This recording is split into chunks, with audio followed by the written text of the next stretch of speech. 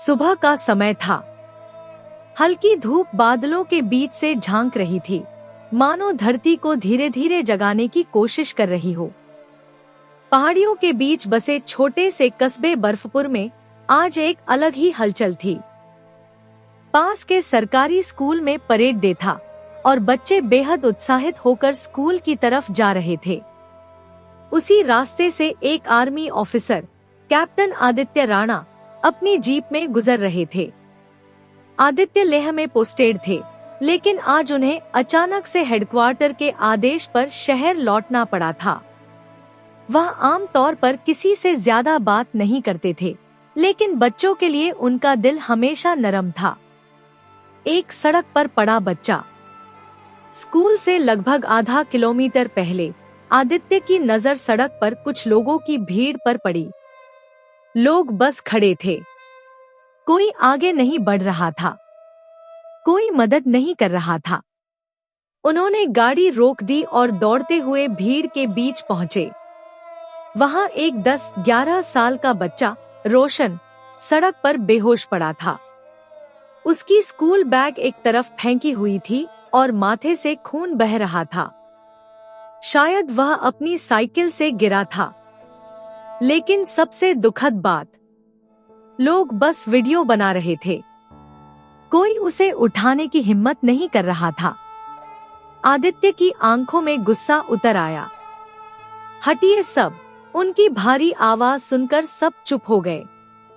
उन्होंने घुटनों के बल बैठकर रोशन के चेहरे पर हाथ रखा।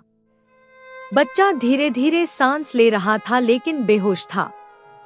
यह सिर्फ एक बच्चा है, किसी का बेटा है। ऐसे पड़े रहने देने में कैसी समझदारी है, उन्होंने कहा। लोगों ने नजरें झुका ली। एक सैनिक का कर्तव्य।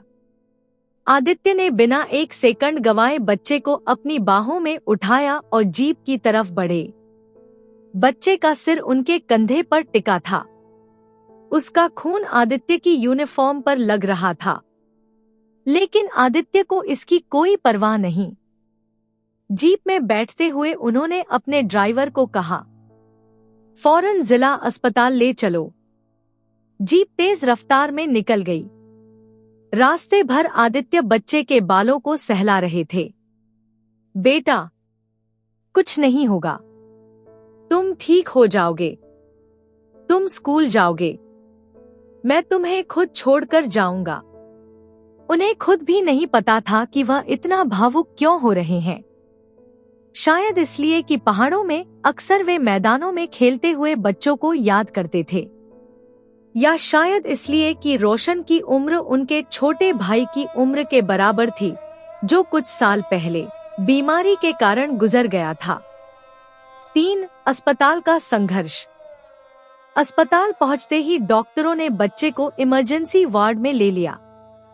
आदित्य अकेले बाहर खड़े रहे, दोनों हाथों में खून लगा हुआ, यूनिफॉर्म दागदार।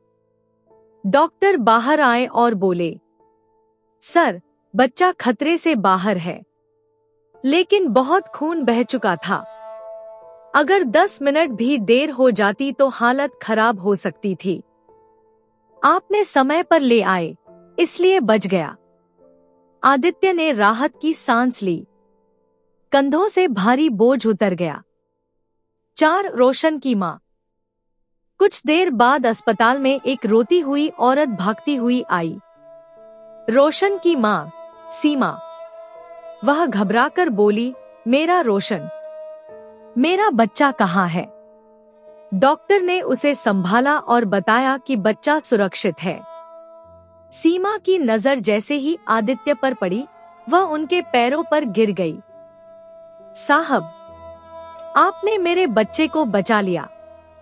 मैं जिंदगी भर आपका एहसान नहीं भूलूंगी। आदित्य ने तुरंत उसे उठाया। नहीं बहन, सैनिक का काम सिर्फ बॉर्डर पर नहीं होता। जब भी देश का कोई बच्चा मुसीबत में हो, उसे बचाना हमारा फर्ज है। सीमा फूट फूट कर रोने लगी। 5. आखिरी मुस्कान।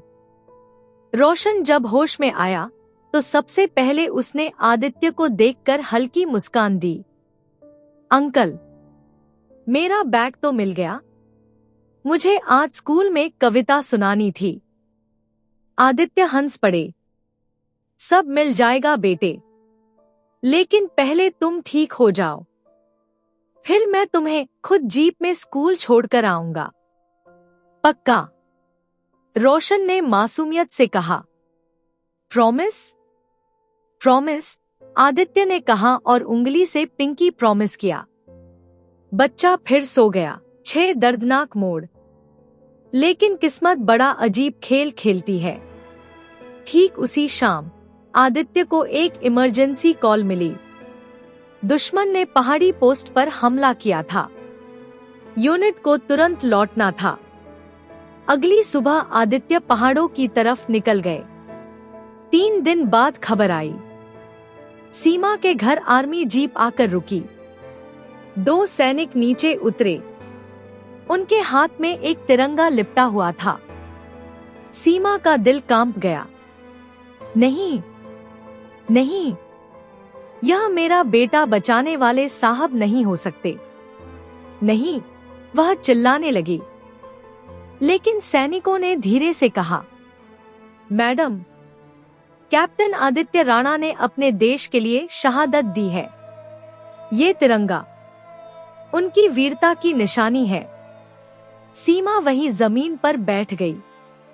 उसकी आंखों से टूटे हुए आंसू बह रहे थे। रोशन को जब यह बात पता चली, वह फूटकर रो पड़ा। 7 सैनिक की याद में। कुछ दिनों बाद रोशन स्कूल आया। आज उसका बैग साफ था। उसकी आंखों में एक नया सपनों का उजाला। स्कूल के मैदान में आदित्य की याद में एक छोटा सा स्मारक बनाया गया। रोशन ने फटते हुए गले से कहा, कैप्टन साहब ने मुझे बचाया था। अब मैं बड़ा होकर उनकी तरह सैनिक बनूंगा। मैं किसी बच्चे को यूं सड़क पर नहीं छोड़ूंगा और मैं देश के लिए लड़ूंगा उनकी तरह। पूरे स्कूल में तालियां गूंज उठी। रोशन की मां ने कहा, सैनिक सिर्फ सीमा पर नहीं लड़ते, वे हमारे दिलों में भी जीते रहते हैं। 8 अंत, एक सैनिक की विरासत। कैप्टन आदित्य राणा भले दुनिया से चले गए, लेकिन उनके बचाए हुए छोटे से बच्चे के दिल में एक नई रोशनी जल गई। रोशन हर सुबह स्कूल जाते समय उस स्मारक के सामने खड़ा होकर सलाम करता और कहता, प्रॉमिस कैप्टन सर, मैं आपका सपना पूरा करूंगा। और कहीं ना कहीं पहाड़ों के उस ठंडे हवा में आदित्य की मुस्कान तैरती हुई महसूस होती। भावुक, गर्व से भरी और सदा जीवित।